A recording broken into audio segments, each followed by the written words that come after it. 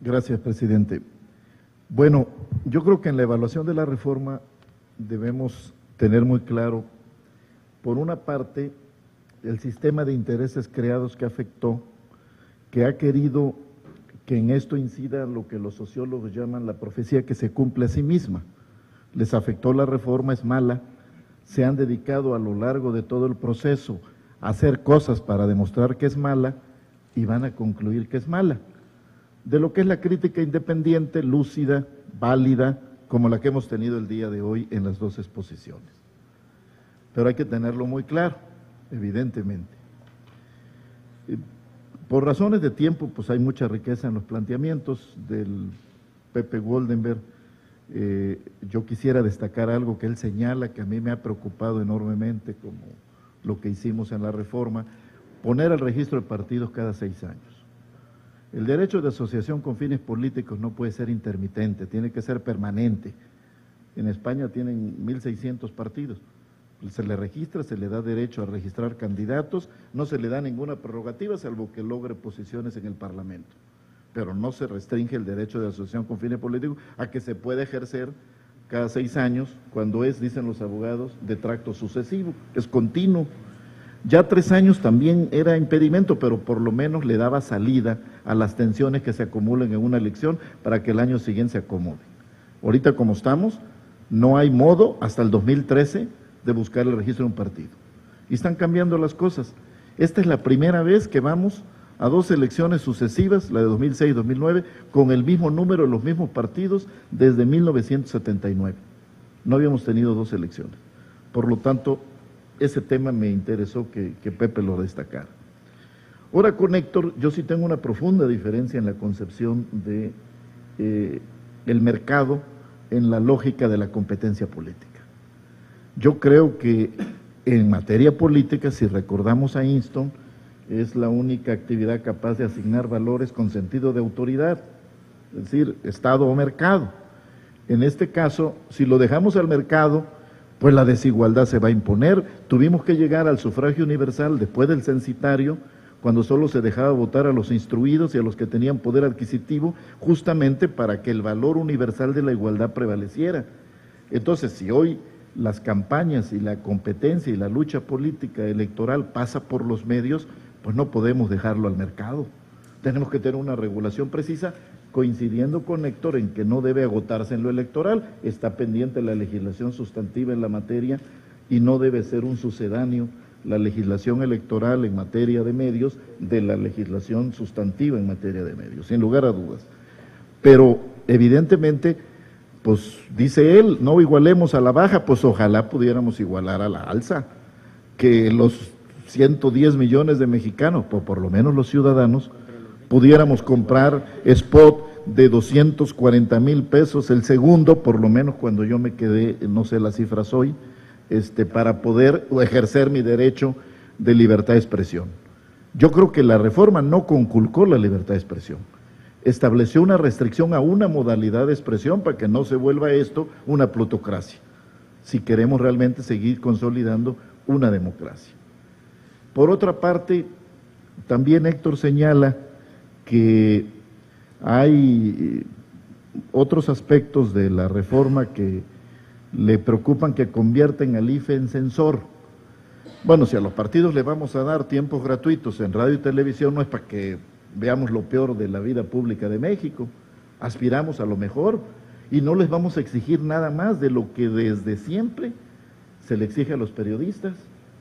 La libertad de expresión, el derecho a la información tiene restricciones y esas son las que hemos querido establecer, no más, para que veamos retratado en la vida pública lo mejor de la sociedad, no lo peor, porque es posible siempre que las cosas sean peor. Efectivamente, la competencia permite que yo, como adversario de alguien, potencie mis fortalezas y explote las debilidades del otro, y a la inversa, pero debe tener un límite, porque este juego de la democracia lo estamos aprendiendo los mexicanos.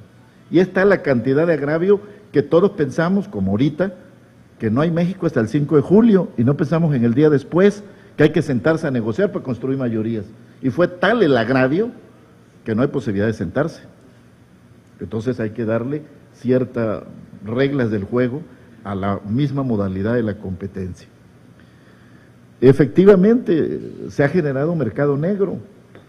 Hay gobernantes que ya no pueden pagar SPOT, entonces pagan gacetillas informativas en los noticieros. Hay partidos que ya no pueden pagar SPOT, entonces buscan que revistas hablen de ellos. Hay, desde luego, dice Don Guyen con frecuencia, que los ladrones corren más rápido que los policías, es cierto, porque hay resquicios que en complicidad con los intereses creados del dinero y del poder político mediático están interesados en buscarle la vuelta a la reforma, evidentemente. Yo creo, también dice Héctor que hay delitos ya tipificados de calumnia y negación, sí, pero la vía penal, mi querido Héctor, termina en las calendas griegas. Y si algo distingue a lo electoral de cualquier otra materia es la fatalidad de los plazos, entonces necesitas actuar muy rápidamente. Es probable que hayamos sobrecargado al IFE, yo puedo coincidir, pero tenemos un aparatote enorme, no lo tiene ningún otro país.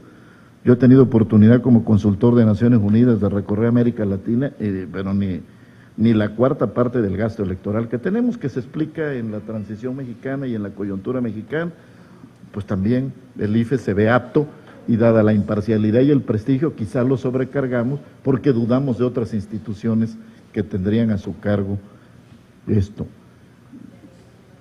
Y aunque se nos ha convocado exclusivamente para evaluar la reforma, efectivamente surge la tentación de nuevos temas.